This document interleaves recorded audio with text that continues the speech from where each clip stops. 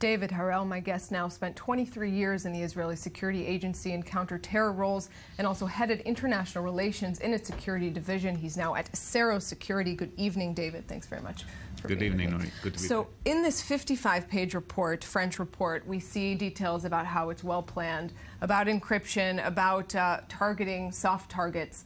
It seems that terror groups, the Islamic State in this case, is always one step ahead of law enforcement. How can that be avoided in this Well, first of all, era? I don't totally agree with that. I'm glad if you don't. Over the last year and a half, there have been many more attacks thwarted than have actually successful. Of course, the successful ones make all the headlines. There have been literally tens of attacks thwarted in the last year. And yes, there's room for improvement. Yes, the Islamic State, Daesh, are using advanced technologies. And yes, there's definitely a battle going on. Who's going to get the upper hand? If we're talking about those technologies, for example, much has been made of encryption, apps like Telegram that the Islamic State was using to coordinate attackers to speak with each other, even during the attacks.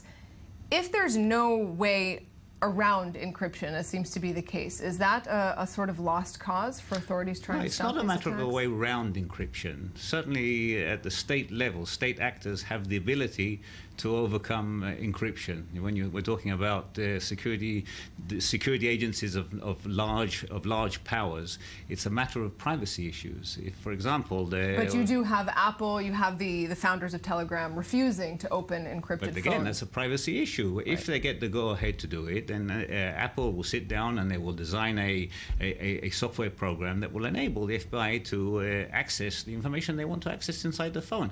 It's in the old days we were certainly more concerned about privacy issues, but today we can't. When we're talking about a threat, a significant threat, sometimes we have to. It's that balance. Sometimes we have to give a little, and maybe we'll have to give up a little bit of our privacy in order to be able to overcome these issues of encryption, because the software is out there, definitely. I'm not sure who is willing to give up on that just yet, but let's take this conversation also to Paris. i24 News international analyst Christian Mallard joins us from our studio in Paris. Christian, good evening. Good evening. So now we have the Paris attack. Suspect Salah Abdeslam's lawyer says he plans to take legal action against a French prosecutor for breach of confidentiality. I'm sure this is not being well received in Paris. It's a total nonsense. This is the reaction among the law milieus and people knowing about justice. Paris prosecutor François Molins knew about what Abdeslam said. He had been briefed by the people in Brussels. So he was in his right to tell the people what the purpose is, that Abdeslam held to the lawyer, to the Belgium police and the Belgium service. So I think it's a non-story. And right now, the French are hoping for an extradition in the next coming 3 months. As you know about the Belgium law, there are a logic to follow as far as law is concerned, justice is concerned.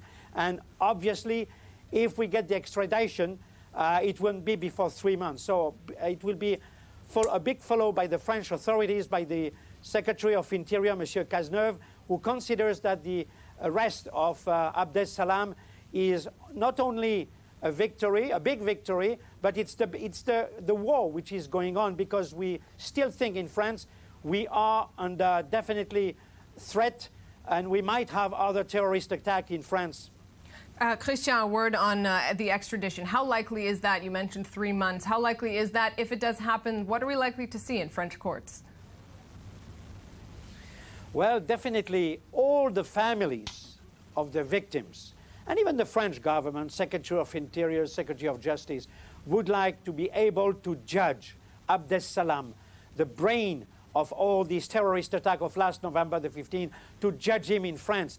Definitely it is the wish of all the families of the 135 victims of this terrorist attack last November. But we have to be patient, we have to wait, and definitely a lot of work is ahead.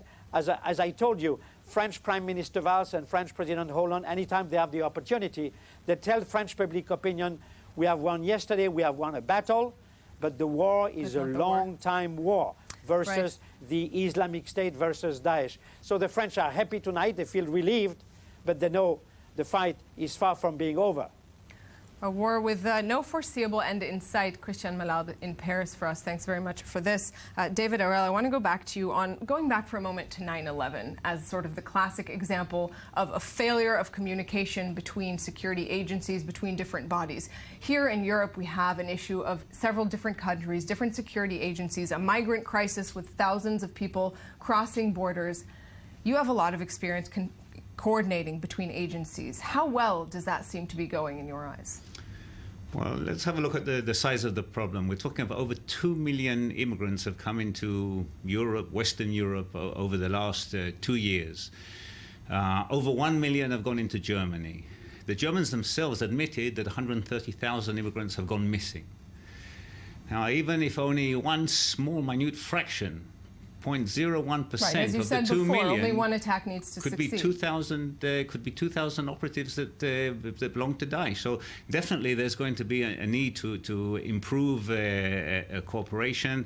I mean, look, 4 months this guy was hiding in Belgium. 4 months he wasn't detected, staying with friends, staying with family. Look what happened in Israel. We had 1 week. You had that shooter in Dizengoff. He was missing for a week, and there was a public outcry. How come we're not finding him?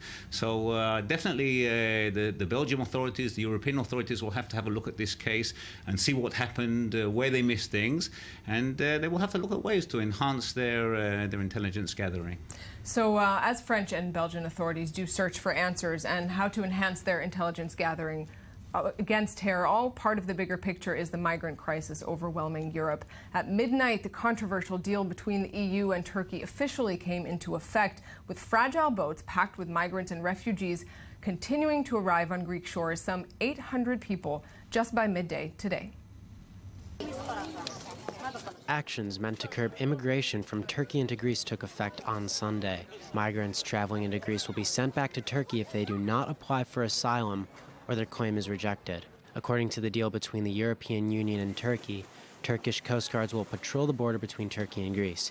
In return, the EU will provide financial aid to Turkey, give visa access to Turkish citizens, and resettle one Syrian migrant into Europe for every Syrian sent back from Greece to Turkey. While Turkey has set up coast guards along the border, Greece still has yet to be ready for deportations. Government officials say that they still need more time to prepare. The deal proposes that Greece needs to have a functioning, working asylum program for up to 45,000, if not more people, before the end of day tomorrow. And as to whether or not that's achievable, I mean, it doesn't seem that is very likely. Critics wonder whether or not this deal violates human rights and whether or not it can be implemented. The German think tank SAT conducted simulations on the flow of migrants and concluded that 1.8 to 6.4 million migrants will try to enter the EU this year. On Friday, 1,500 migrants crossed the border into Greece and still believe that they can get into Europe despite the plans being made. We are determined to leave. 3 or 4 days ago, we walked to the Macedonian border and we entered Macedonia. But the authorities turned us back. Next time we will go in a larger group and we will keep walking.